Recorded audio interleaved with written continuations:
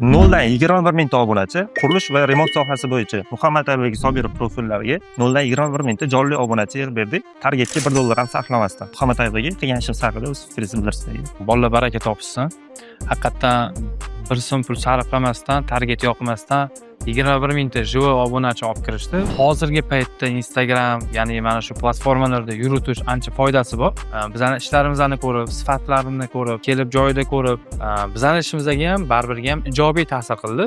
Asosiysi meni imini sohamdan kelib chiqib, qurilish sohasidan kelib chiqib, sohadan chiqmagan holatda kontentlar yaratish. Mana o'zingizlar profilimizga kirib ko'rsanglar ham bo'ladi.